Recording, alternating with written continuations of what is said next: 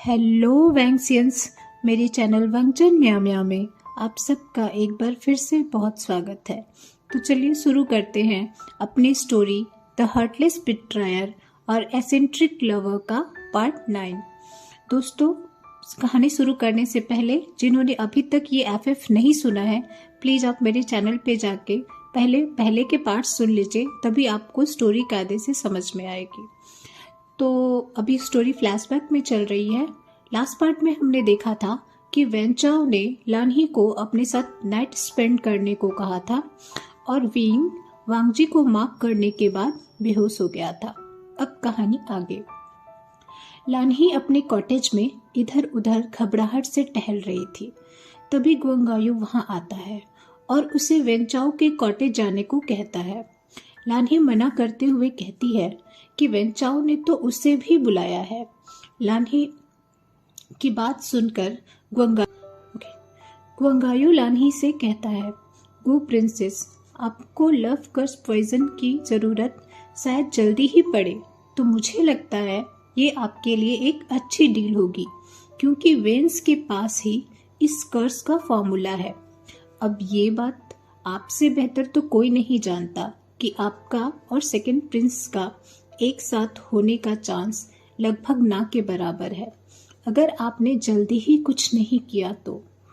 लानही कहती है, कुरैन कभी भी उस वेवोशन को वांगजी के पार्टनर के रूप में स्वीकार नहीं करेगा। गुआंगायू मुस्कुराते हुए कहता है, जिस दिन मिहाज ने सेकंड प्रिंस पर हमला किया, मैंने किसी ओमेगा की बात सुनी थी। लानही का अब चेहरा पसीने से भीग जाता है। गुआंगायू उसके पीछे जाते हुए कहता है, जब कुरैन को ये पता चलेगा कि उनका वंश आराम से चलेगा और उनके प्यारे नेफ्यू की तो जान ही उस विवुशियन में बसती है, तो क्या लगता है आपको? मैंने सुना है बुढ़ापे में लोग अपने बच्चों को दुखी नहीं करना चाहते। लानी घबराते हुए कहती है, वो जन्म नहीं दे सकता, ये सब बकवास है, वांगजी सिर्फ मेरा है। गुआंगायू कहता है, ठीक है प्रिंसेस, फिर मैं जा रहा हूँ, जल्दी ही सेकंड प्रिंस की शादी में मुलाकात होगी। अब गुआंगायू थोड़ा ही आगे बढ़ा था कि लानही उसे रोकते हुए कहती है, मैं जाऊंगी, लेकिन तुम्हें मुझे बताना होगा कि ये लव कर्स पॉइजन कैसे काम करता है। गुआंगायू के चेहरे पे जीत की मुस्कान थी। वो कहता है, बस आपको सेकंड प्रिंस को वो पॉइजन पिलाना होगा, फिर वो अपने मेट पर शक करने लगेंगे और थोड़ी थोड़ी बात पे उनके झगड़े होने लगेंगे। मुझे लगता है कि वेवुशियन इन सब से तंग आकर उन्हें खुद ही छोड़ देगा। बस आपको उसके दिल में सेकंड प्रिंस के लिए शक पैदा करना होगा।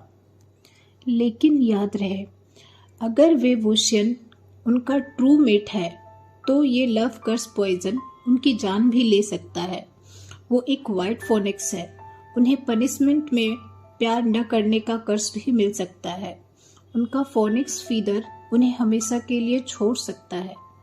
लानी उसकी बात काटते हुए कहती है, नहीं, वांगजी की ट्रू मेट मैं हूँ, तो ऐसा कुछ नहीं होगा, और अब तुम यहाँ से जाओ, मुझे तैयार भी होना है। गुआंगायू वहां से जाने लगता है। तभी लानही उसे रोकते हुए कहती है, वैसे जिन प्रिंस, आपको बधाई हो। गुआंगायू के चेहरे का रंग अचानक उड़ जाता है। वो बोलता है, बधाई किस बात की प्रिंसेस? लानही कहती है, आपको तो पता है जिन प्रिंस, मैं बेबी सोल्स को फील कर सकती हूँ। सीनियर नी प्रिंस बहुत खुश होंगे। गुआंगायू बिना कुछ कहे वहां से चला जाता है। विंग की आंख एक मेलोडियस गुचिन म्यूजिक से खुलती है। जब वो अपनी दाईं तरफ देखता है तो व्हाइट रोब्स में वांगजी उसके लिए गुचिन प्ले करता रहता है, और बाईं ओर यानली बैठे बैठे उसके बेड पर सर रखकर सो रही थी, जो विंग के जगने से जग जाती है और उसकी आंखें आंसुओं से भर जाती है।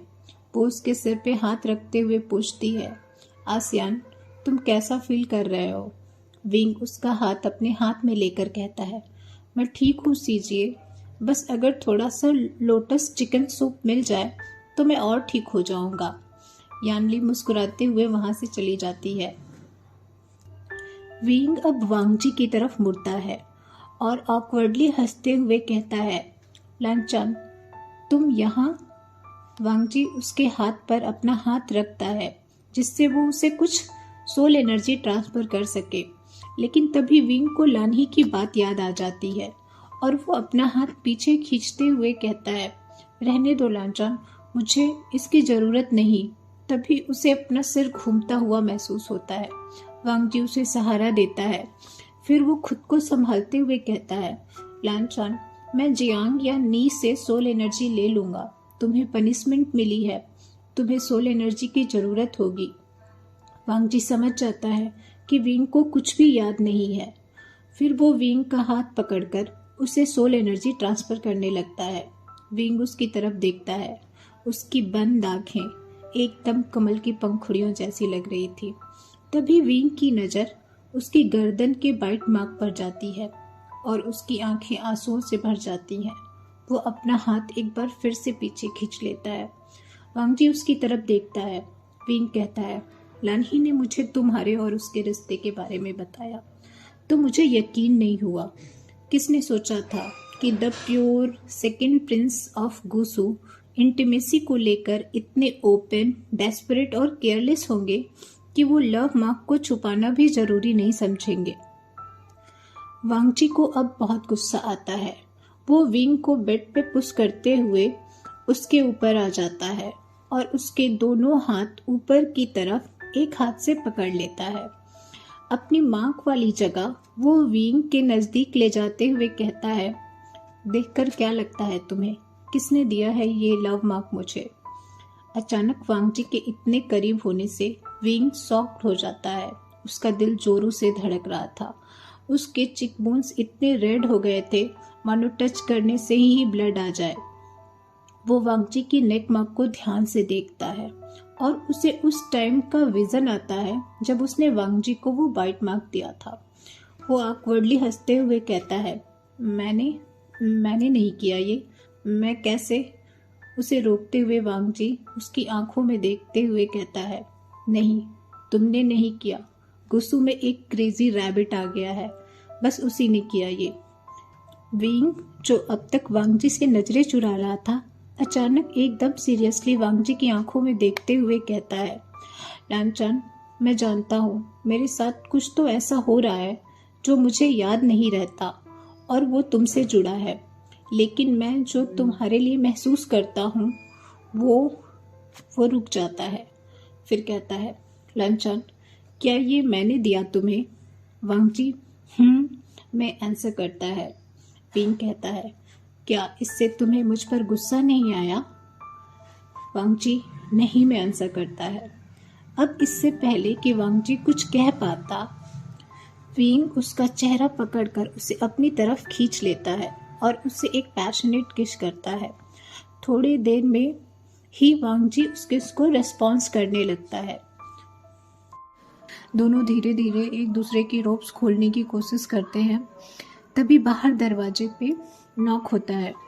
विंग खुद को फ्री करने की कोशिश करता है, लेकिन वांगजी उसे नहीं छोड़ता। फिर वो उसकी बैक टैप करते हुए कहता है, लांचान गेट पर सीजीए हैं। वांगजी उठकर अपनी रोप ठीक करते हुए गेट ओपन करने चला जाता है। विंग जो अभी भी समहाउ ब्रीथलेस महसूस कर रहा था, अपने कपड़े ठीक करते हुए बेड पे बैठ जाता है। वांगजी जब गेट खोलता है तो जियांग और यानली साथ में खड़े थे। जियांग वांगजी को देखकर आंखें रोल करता है और विंग की तरफ आते हुए कहता है, ओह तुम जिंदा हो, मुझे लगा तुम पागलपन के दौरे से मर गए। विंग कहता है, और तुम गुस्से के दौरे से पागल हो गए। अब मैं मैडम यू और अंकल को क्या जवाब दूंगा? जियांग गुस्से से उसकी तरफ बढ़ता है। तभी यानली और वांगजी दोनों उसके सामने खड़े हो जाते हैं। जियांग अननोइंगली सरप्राइज एक्सप्रेशन से वांगजी को देखता है। यानली कहती है, आचिंग आशियाना भी बीमार है, चलो तुम दोनों ये चिकन लोटस सूप ले लो। वो वांगजी की तरफ देखकर कहती है, सेकंड प्रिंस मैंने आपके लिए केवल लोटस सूप बनाया है, क्या आप लेंगे? वांगजी यानली के सामने बो करते हुए कहता है, थैंक यू प्रिंसेस, लेकिन मुझे अब चलना चाहिए। और एक बार विंग की तरफ देखकर वहाँ से चला जाता है। रात में विंग बस वांग जी के साथ बिताए हुए इंटीमेट मोमेंट्स को याद करके बार बार बेड पर इधर उधर कर रहा था। जियांग, जो उसकी देखभाल के लिए बगल वाले बेड पर सो रहा था, कहता है, वे वुशियन, अगर तुम चुपचाप नहीं सोओगे ना तो मैं तुम्हें खुद ले जाकर जिंगसी फेंक आऊंगा। विंग हड़बड़ाते हुए कहता है, जिंगसी? जिंगसी क्यों? जियांग कहता है, मुझे सोने दो। विंग मुस्कुराते हुए उसकी तरफ देखता है तो जियांग ने उसकी तरफ पैक की हुई थी। ये उसकी ज़िंदगी की सबसे खूबसूरत रात थी। सुबह जियांग की तेज आवाज़ से उसकी आंखें खुलती हैं। जियांग उससे कहता है, तुम क्या यहाँ सोने आए हो? तुम अब ठीक हो गए हो। टीचर ने तुम्हें आज क्लास आने को कहा है। वांग जी से मिलने के बारे में सोचकर विंग जल्दी से तैयार होता है और दोनों अपनी क्लास की तरफ निकल जाते हैं। रास्ते में उन्हें ढेर सारे कल्टीवेटर बहुत सी लाशें ले जाते दिखते हैं। विंग उनमें से एक कल्टीवेटर से पूछता है कि उन्हें किसने मारा, तो कल्टीवेटर उससे कहता है, ये पूरी तरह से मरे नहीं हैं, पर नहीं पता कि इन्हें क्या हो गया है। तभी उसे पीछे से कुछ और कल्टीवेटर के साथ, जिन्होंने उन लाशों को पकड़ा हुआ था, वांग जी आते हुए दिखता है। वो अपनी अचानक बढ़ी धड़कनों को कंपोज करते हुए एक बॉडी के चेहरे से कवर हटाता है और कहता है, किसी ने इसकी सोल डेमोनिक स्लेव बना लिया है। वांग जी उसकी बात सुनकर रुकता है। विंग वांग जी की तरफ देखकर ब्लिंक करता है, लेकिन वांग जी कोई रिस्पॉन्स नहीं करता और उन कल्टीवेटर के साथ वहाँ से चला जाता है।